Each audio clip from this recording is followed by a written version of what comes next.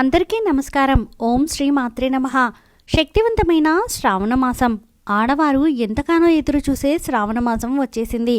అష్టలక్ష్ములు సంచరించే ఈ శ్రావణ మాసంలో లక్ష్మీదేవిని ఎలా పూజించాలి, పాటించాల్సిన విధి విధానాలు ఏంటి, శ్రావణ శుక్రవారం పూజా విధానం, లక్ష్మీదేవి పూజలో ఏ నైవేద్యాలు సమర్పించాలి, ఇక ఎలాంటి పూలతో అమ్మవారిని పూజిస్తే త్వరగా కరుణిస్తుంది, ఈ శ్రావణ మాసంలో మనం పొరపాటున కూడా తినకూడని కూరలు ఏంటి, ఇలాంటి ఎన్నో విషయాల గురించి ఇప్పుడు వివరంగా తెలుసుకుందాము.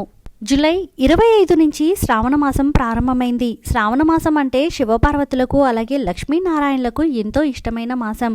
శ్రావణ మాసంలో చేసే పూజలకు అలాగే వ్రతాలకు విశేషమైన పుణ్య ఫలితం లభిస్తుంది.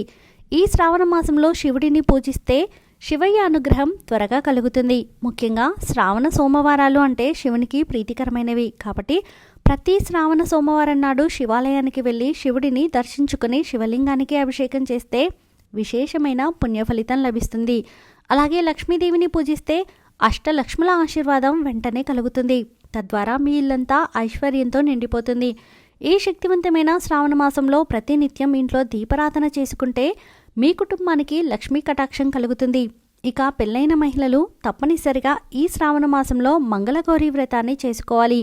ఈ నెలలో వచ్చే శ్రావణ మంగళవారం రోజున మంగళగౌరీ వ్రతాన్ని చేసుకుంటే ఆడవారికి కలకాలం సుమంగళి యోగం సిద్ధిస్తుంది. శ్రావణ శుక్రవారాలకు చాలా విశిష్టత ఉంటుంది. శ్రావణ శుక్రవారాల్లో లక్ష్మీదేవిని పూజించిన వారికి ఈ సంవత్సరం అంతా డబ్బు సమస్యలు ఏర్పడకుండా లక్ష్మీ కటాక్షం సంపూర్ణంగా లభిస్తుంది. కాబట్టి ప్రతి శ్రావణ శుక్రవారం నాడు లక్ష్మీదేవికి పసుపు కుంకుమలు సమర్పించి లక్ష్మీదేవి చిత్రపటానికి గాజుల మాలను వేసి గులాబీ పూలతో కానీ మల్లెపూలతో కానీ లక్ష్మీదేవిని పూజిస్తే రుణబాధలన్నీ తొలగిపోయి లక్ష్మీ కటాక్షాన్ని సులభంగా పొందవచ్చు.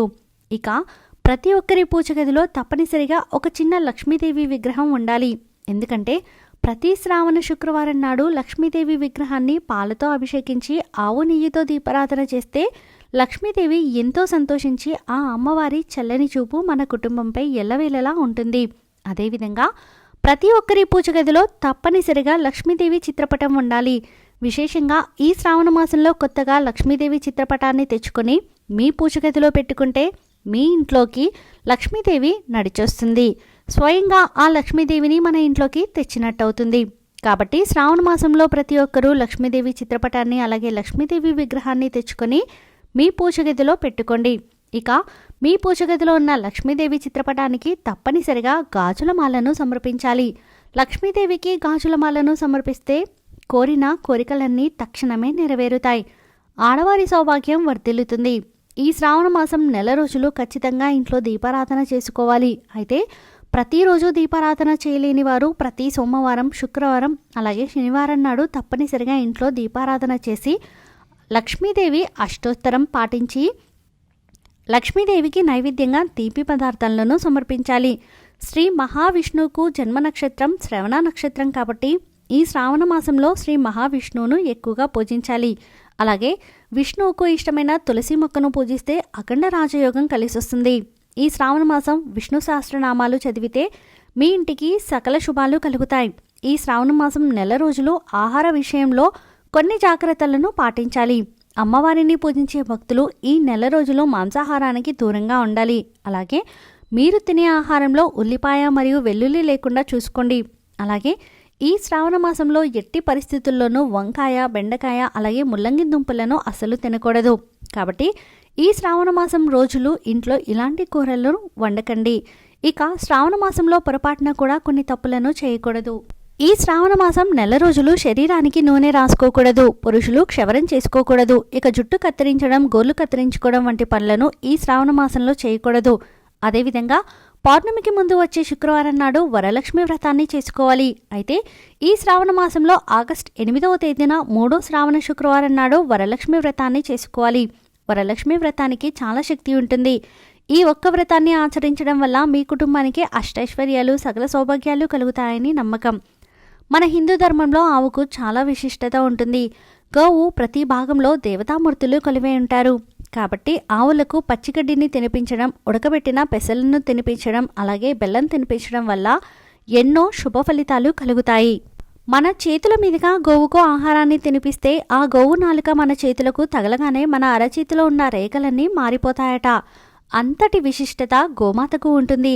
జాతక దోషాలన్నీ తొలగిపోయి మన జాతకంలో విపరీతమైన అదృష్టం కలిసొస్తుంది.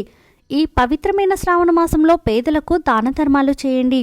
ఎందుకంటే ఈ నెలలో చేసే దాన ధర్మాలకు రెట్టింపు పుణ్య ఫలితం లభిస్తుంది. కాబట్టి నిరుపేదలకు అవసరమైన వారికి సహాయం చేయడం వల్ల దైవానుగ్రహం సులభంగా కలుగుతుంది. ముఖ్యంగా అన్నదానం, వస్త్రదానం చేయడం వల్ల పుణ్యం లభిస్తుంది.